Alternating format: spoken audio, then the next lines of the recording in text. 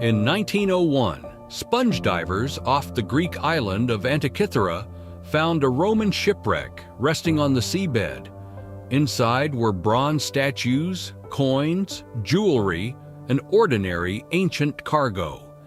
And among it all, an unremarkable lump of green, corroded bronze about the size of a book, cracked and fused together after 2,000 years underwater. Almost nobody paid attention to it. It sat in a museum, unidentified, for decades.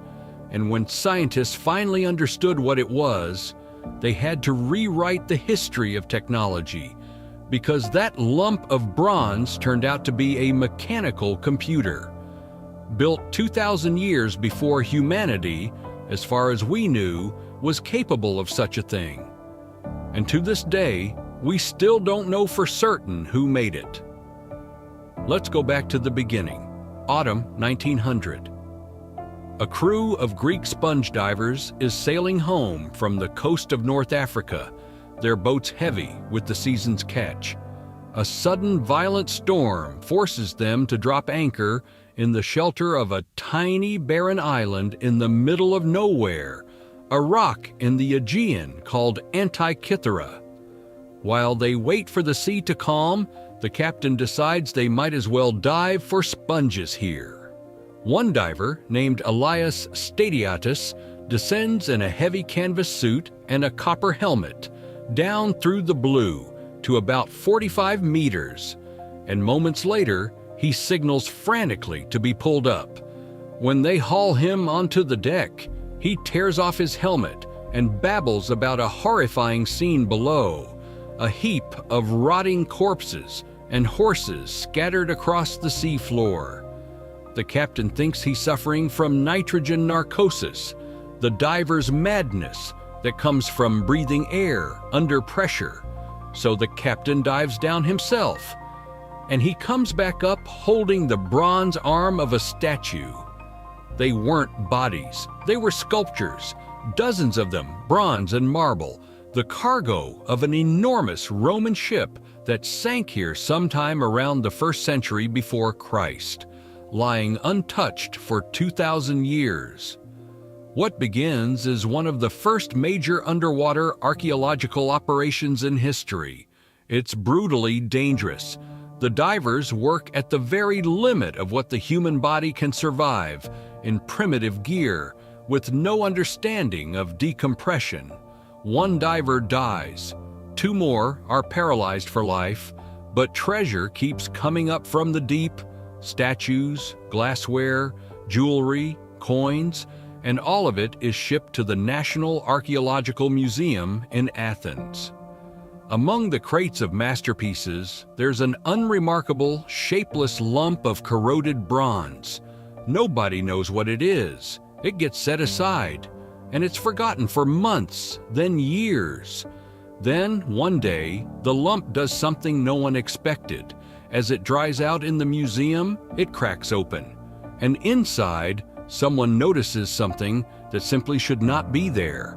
Tiny bronze gears, toothed wheels, precisely cut, perfectly fitted to one another, some no bigger than a coin. The problem is, this is impossible.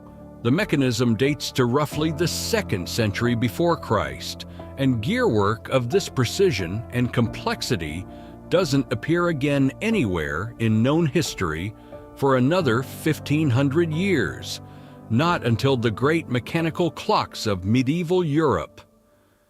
Think about that gap. It's as if archaeologists opened an Egyptian tomb and found a laptop sitting next to the mummy. It makes no sense. Some scholars decide it has to be a fake or a modern object that somehow fell into the wreck. Others look at it and simply cannot believe what they're seeing. For decades, the fragment resists every attempt to understand it. It's too corroded, too fragile to take apart. The gears are locked inside, hidden under 2,000 years of decay. It was only with the arrival of X-ray imaging and much later, 3-dimensional computed tomography, the same scanning technology hospitals use, that scientists could finally look inside the fused fragments without destroying them. What they saw stunned even the harshest skeptics. Inside were no fewer than 30 interlocking bronze gears, arranged in a way that revealed exactly what this thing was for. This was not a decoration, not jewelry, not a toy. It was a calculating machine. Turn a handle on the side, and the whole mechanism comes alive. It computes the position of the sun and the moon in the sky on any given date, shows the exact phase of the moon, and predicts solar and lunar eclipses decades into the future. It tracked the cycles of the planets.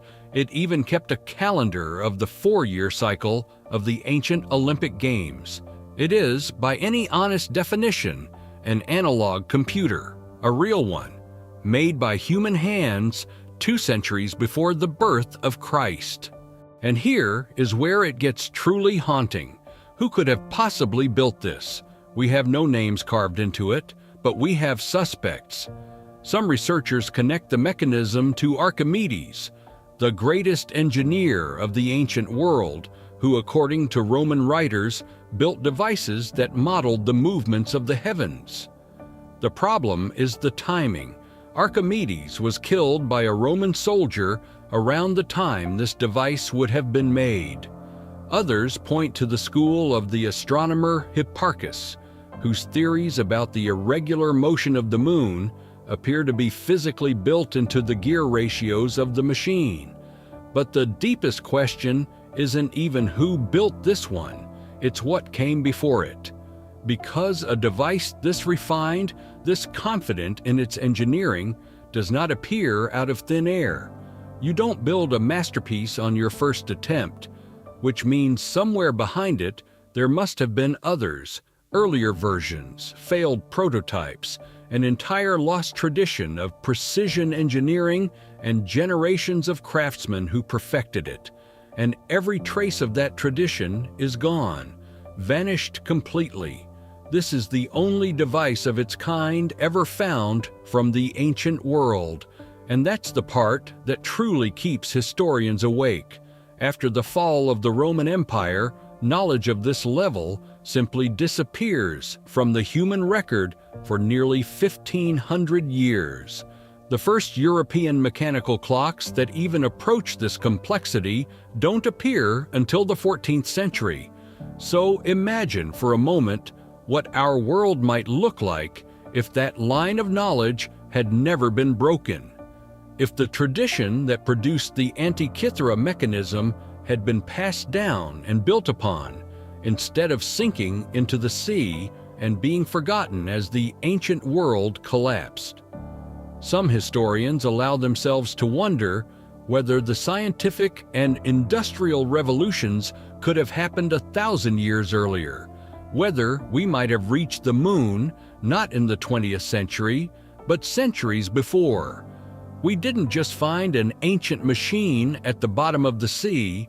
We found proof that human beings once stood at the edge of a technological leap and then somehow stepped back from it, or were dragged back by the collapse of everything around them.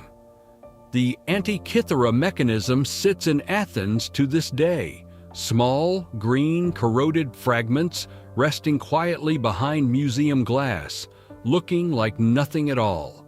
And the strangest part? We know we don't have all of it.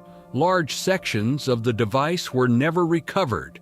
They are still down there, scattered across the floor of the Aegean Sea, waiting. Modern expeditions return to the wreck even now, hoping to find the missing pieces. And maybe, just maybe, a second machine.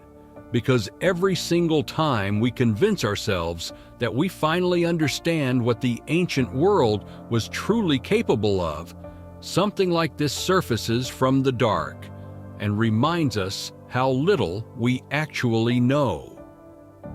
If you want to discover what other impossible things history has been hiding in plain sight, subscribe. There's a lot more where this came from.